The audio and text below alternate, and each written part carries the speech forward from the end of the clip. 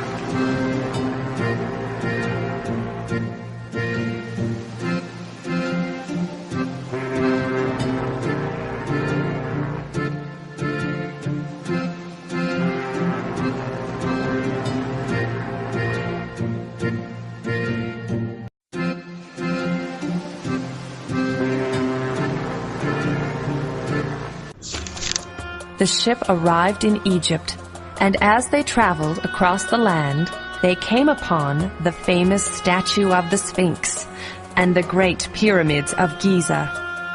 Passepartout wanted to go inside one of the pyramids to see if they could find any mummies, but Fogg was in a hurry. Nevertheless, Fogg agreed, and they both went inside. Inside the pyramid, it was silent and very murky. Fogg and Passepartout came across large golden coffins called sarcophaguses. Curious and trembling with fear, Passepartout opened a sarcophagus and found a dead body wrapped in bandages, a mummy. He opened the next sarcophagus and shivered when he found another mummy.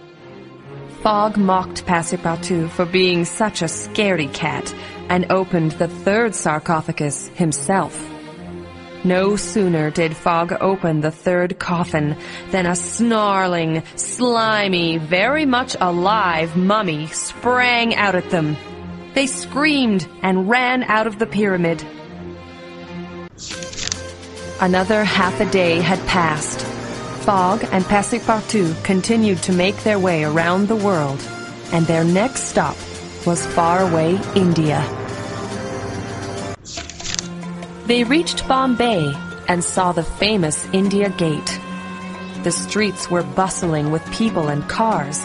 In fact, there was so much going on that they could barely walk. Fogg had read a lot about the famous Indian cities of Delhi, Agra, and Calcutta, and was keen on visiting them. They boarded a train and marveled at the beauty of India. They even saw one of the new 7 wonders of the world, the Taj Mahal. A man sitting next to them on the train told them about India's famous jungles, and so they decided they had time to go on a jungle safari the next day.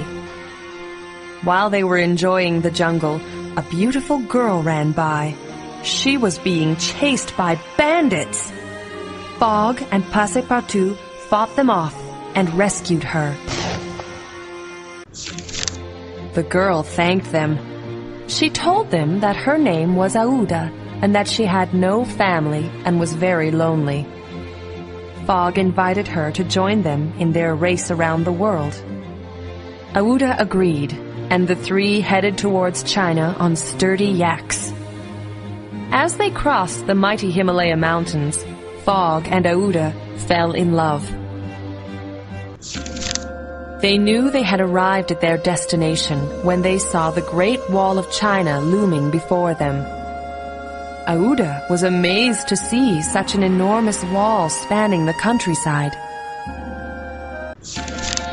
They walked along the fantastic wall and soon came upon a festival of sorts. There was lots of food, and people were dancing and singing traditional Chinese songs. Fogg, Aouda, and Passepartout could not help but join in the celebrations. Their next destination was America. Once again, they boarded a ship. The blue sea, the Chinese dancers, and the lofty Himalayas were like a dream for Aouda. They landed on Ellis Island in the city of New York. The first thing they saw was the enormous green Statue of Liberty. They started across the continent and soon met two brothers who called themselves the Wright brothers. The Wright brothers were busy designing a huge bird machine that could fly. If they succeeded, people would be able to travel long distances in a short amount of time. Fogg told the Wright brothers about his bet to travel around the world in 80 days and how they were running out of time. They needed to reach England the very next day. The Wright brothers decided to lend them their flying machine. Could their plane make it all the way across the Atlantic Ocean? The three travelers were going to find out. They reached England in record time and made their way to the Reform Club, but found that the inn was empty. Fogg was disheartened. It was evening, and they were supposed to reach the inn by the afternoon. Fogg had lost the wager.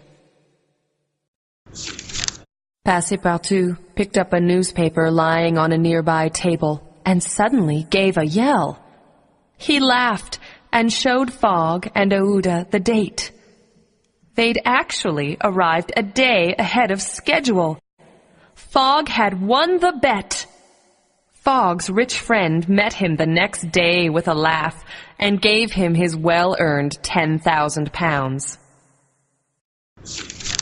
Fogg turned to Aouda and asked her if she would consent to be his bride. Aouda accepted, and they had a grand wedding attended by their closest friends. Meanwhile, Passepartout was planning their next journey.